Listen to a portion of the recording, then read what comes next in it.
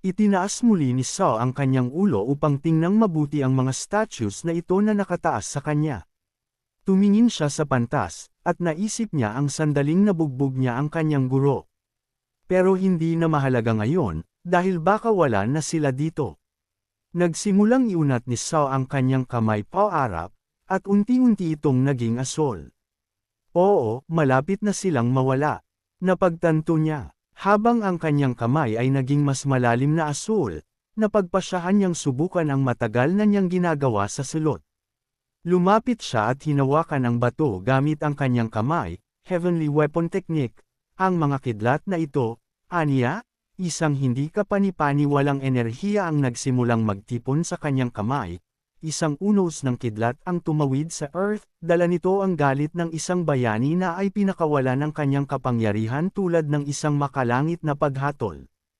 Ang kanyang anyo ay nagsimulang maglaho sa isang maliwanag na ningning habang ang isang malaking ipoy-po ng kidlat ay bumalot sa lahat ng nasa paligid niya, na ginagawang mapanirang enerhiya ang bawat atom ng hangin. Sa kanyang pagharap sa kanyang guro, aniya, dahil sa masamang estudyanteng ito ay hindi ka nakahanap ng kapayapaan. Ilang sandali pa, ang buong bundok ay nabasag sa maliliit na piraso ng bato na lumipad sa lahat ng direksyon. Napakalakas ng impact kaya nabasag ang mga estatwa ng mga ermitanyo. Ngayon ay mapayapa nang natutulog ang kanyang guro. Forso ay naging malakas. Ang kalbong lalaki, na lumulunok ng kanyang laway sa takot, ay tumingin sa tanawing ito. Ang buong kuweba ng mga ermitanyo ay gumuho sa harap ng kanyang mga mata. Hindi rin inasahan ng monghe na ang disipulo ng evil spirit ay makakatapos ng kanyang pagsasanay ng perpekto. Pagbalik, humingi ng paumanhin si Saw sa kanila sa paghihintay sa kanya at tinanong kung ano ang dapat niyang gawin ngayon. Iniisip din niya kung sasalakayin ba siya ng mga ito ng mag-isa o magkasama, ngunit walang pakialam si Saw sa kanilang gagawin. Handa na siya sa anumang gawin nila, at hindi na iyon mahalaga sa kanya. Gaya ng inaasahan, pinili nila ang mas madaling paraan at sama-samang sumugod sa pag-atake sa bata. Napakarami sa kanila na ang kanilang bilang ay matatansya lamang mula sa tuktok ng bundok. Ang monghe, na napagtanto ang kalubhaan ng sitwasyon, ay nagtanong sa bata kung ano ang gagawin niya kung hahayaan lang nila siya. Well, kung hahayaan mo lang ako, mas mababa ang problema ko. Sagot ni Saw, idinagdag niya na magpapasalamat siya kung hahayaan na lang siya ng mga ito ng walang gulo, hassle. At ano sa iyo iyon? Nagtataka na tanong ng matanda, pinag-aaralan ang kanyang sagot, pagkatapos ay nagpasalamat siya kay Saw sa kanyang kabutihang loob at sinabing maaari siyang tumayo sa harap niya. Sinabi ng monghe, 10 taon, ang mismong ideya ng pagpapatalas ng isang celestial instrument ay walang kabuluhan. Nang marinig ito, nagulat si Saw, dahil naisip niya na mas kaunting oras ang lumipas kaysa sa 10 taon. Napagtanto ni Saw na kailangan niyang magpatuloy, at nagsimula siyang sumulong, hindi pinapansin ang kalbo man o ang monghe. Ang tanging nasabi niya sa kalbong lalaki, 10 taon na ang nakakaraan, ang iyong mga paa ay humadlang sa aking guro, at ang nangyari sa iyo ay resulta ng isang patas na laban. Nakilala ito ni Saw, ngunit napagtanto na malamang na hindi iyon iniisip ng kalbo. Kaya dagdag pa niya, kung gusto mong maghayganti, halika hanapin mo ako at bibigyan kita ng laban. Tinanong ng monghe ang bata kung saan siya pupunta pagkatapos niyang bumaba sa bundok. Lumayo si Saw sa kanila, hakbang-hakbang, walang tigil. Makalipas ang ilang hakbang, sinagot niya na kailangan niyang tuparin ang huling hiling ng kanyang guro at ng kanyang kaibigan. Tumingin siya sa walang katapusang distansya, sa abis na nasa harapan niya at sa malayong daan, na nagbabalak pumunta sa mainland. Tumawa ang monghe at binalaan siya, tila malapit ng maingay ang mainland. Ngunit bilang tugon, isang time ng ngiti lamang ang nakita niya sa mukha ng bata. Makalipas ang isang segundo, nawala si Saw sa kanilang paningin. Si Han Mubak, ang evil spirit, ay may aura ng natural na sakuna na nanag sa lahat ng tao sa paligid niya, ngunit hindi naglabas ng anumang aura si Saw. Nangangahulugan ito na naabot niya ang isang antas kung saan maaari niyang itago ang kanyang kapangyarihan. Maaaring nalampasan pa niya ang kanyang guro at naging pinakamakapangyarihang celestial instrument sa kasaysayan.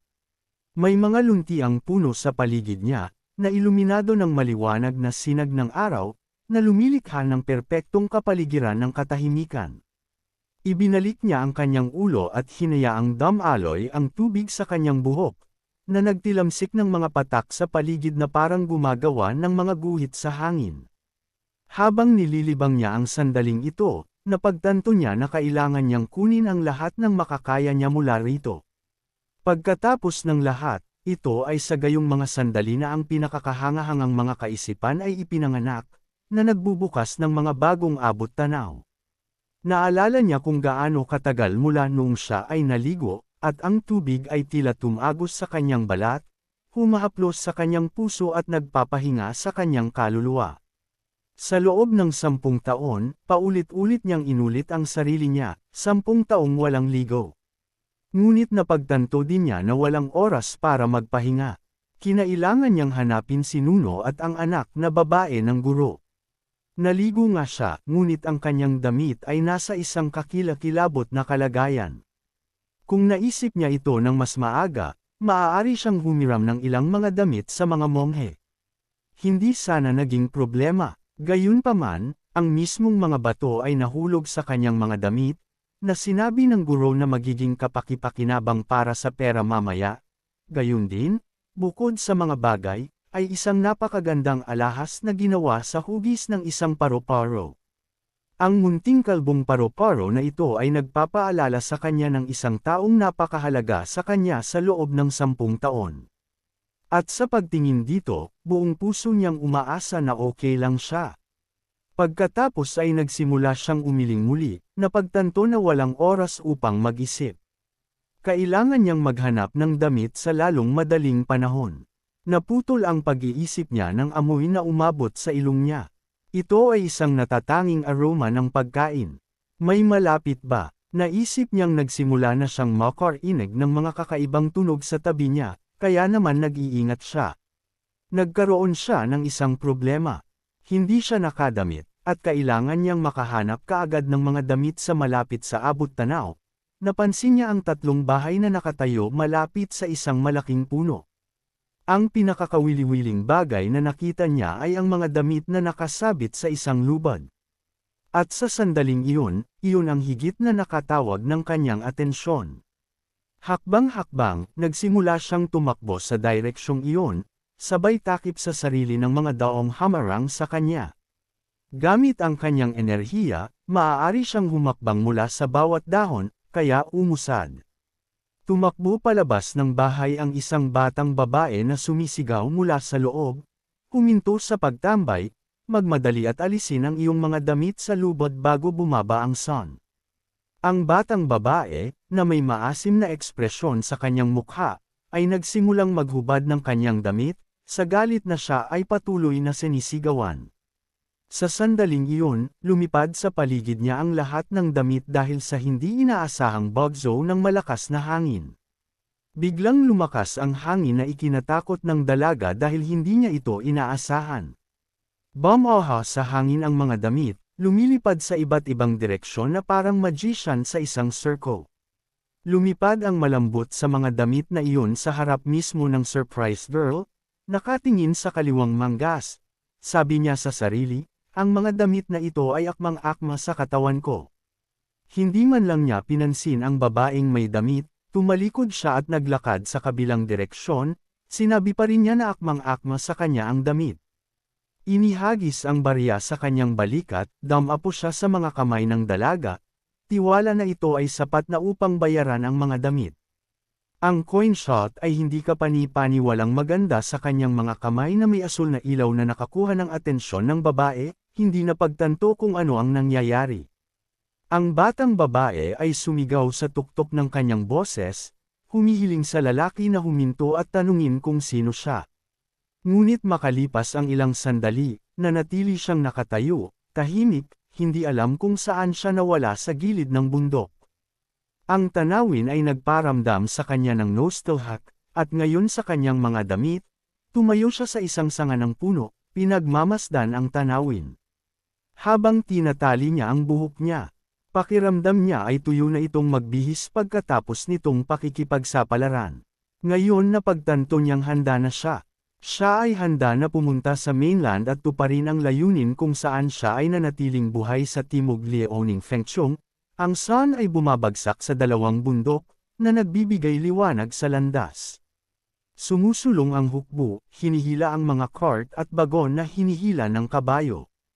Ang ilang mga sundalo ay nakaupo sa mga kabayo at may hawak na mga sulo. Ang sect leader ay tumingin sa kanyang kanan at kaliwa, nagmamatsyag na mabuti upang matiyak na walang banta. Ibinaling niya ang kanyang ulo sa direksyon ng bundok kung saan dinala ng mga ibon sa langit. Sa kainahinala, isang matandang lalaki na naglalakad sa tabi ang nagtipon sa kanya. Kung mayroon mang dapat ikatakot sa buong Fengchong, walang sino man ang makakalaban sa Chan sect. Ang matandang ito ay isang ordinaryong nobleman na ang pangalan ay Gyo Yamun. Sinabi sa kanya ng sect leader na ang Chan sect ay walang intensyon na manatili sa maliit na Fengchong. Ang kasalukuyang Wormtop Brass ay isang iron union, at siya ang nagsisikap na lumikha ng isang bahagi ng union na ito upang makamit ang layuning ito, matagal na nilang pinasyahan. Lalawigan ng Liaoning, 20 taon na ang nakalilipas, pagkatapos ng lahat ng kaguluhan, halos walang narinig mula sa kanila. Pero kamakailan lang, naging active na naman ang Moyong family. Ang Iron Union ay lumikha ng Sahalig, isa sa 3 pinakamaimpluwensyang sekta. Matapos mawala ang pamilya Moyong, lumitaw ang bagong pinuno ng village ng Daario, ngunit alam niya na kahit hindi kilala ang kanilang mga pamilya sa Liaoning province, mayaman pa rin sila tulad ng iba. Paulit-ulit na sinasabi ng sect leader sa kanyang sarili na kapag natapos na ang lahat ng ito, lalakas pa ang John sect. Sa kanilang mga kariton, may bitbit silang napakahalagang metal. Tinanong ng matanda ang pinuno kung balak niyang wasakin ang Rockies Village at sumali sa Iron Union, bagamat magiging mahirap na gawain. Idinagdag din ng matanda na ipinahiram nila sa kanila ang kanilang kapangyarihan. Nagsisimula pa lang siyang magsalita nang biglang may bumulusok na palaso sa kanyang katawan. Ang sakit na tumusok sa kanyang katawan na parang nakuryente. Ang kabayo na kanyang inupuan ay nagsimulang magalit at itinapon ang matanda. Nagsimulang laminggalinga ang sect leader, sinusubukang makita ang pananambang. Maraming lalaki ang tumalon pababa mula sa bundok na may hawak na armas mula sa busog hanggang espada. Ito ay isang grupo ng daan-daang mga bihasang manggagawa na ang lakas ay napakahusay. Isang matinding labanan ang sumiklab sa maraming biktima, dugo at kaguluhan na umuulan sa lahat ng dako. Ang nobleman ay nanatiling nakahandusay sa lupa, hindi humihinga, isang tahimik na saksi sa matinding labanan. Umaagos ang dugo sa mukha ng sect leader, na nasugatan din sa labanan. Sa mismong harapan nila ay lumitaw ang isang lalaki at isang babae na tumitingin sa mga bangkay na pinaputukan ng mga palaso patungo sa bato. Sinabi na nilinlang nila ang lahat at sinubukang nakawin ang mga kayamanan ng bansa. At tinalo sila ng mga tulisan mula sa pangkat ng daan-daang manggagawa. Naniniwala sila na ang mga hamak na ito ay nagsisikap na makakuha ng higit sa nararapat sa kanila. Magkapatid sila. Lumingon ang sister sa kanyang kapatid at pinatingin ito sa ibang direksyon. Naagaw ang atensyon niya sa isang sipol na nanggaling sa malayo. Sa ibabaw mismo ng isa sa mga bato ay sisal mula sa village ng Darak. Pagkatapos ay tumalon siya ng napakabilis na literal na nawala sa kanilang mga mata. Dapat ba natin siyang hulihin? Tanong ng dalaga sa kanyang kuya, at narinig niya ang sagot, hindi. Kung nandito si Sal, malapit na ang Invisible Iron Mask at maaari tayong madala sa isang digmaan laban sa Ryex Village. Tanong ng kapatid sa kanya. Tiyak na mag-ingat, at pagkatapos nito, sabay silang naglakad, dahil kung ninakaw nila ang ginto, mahihirapan silang matuntan muli kung nawala sila sa landas.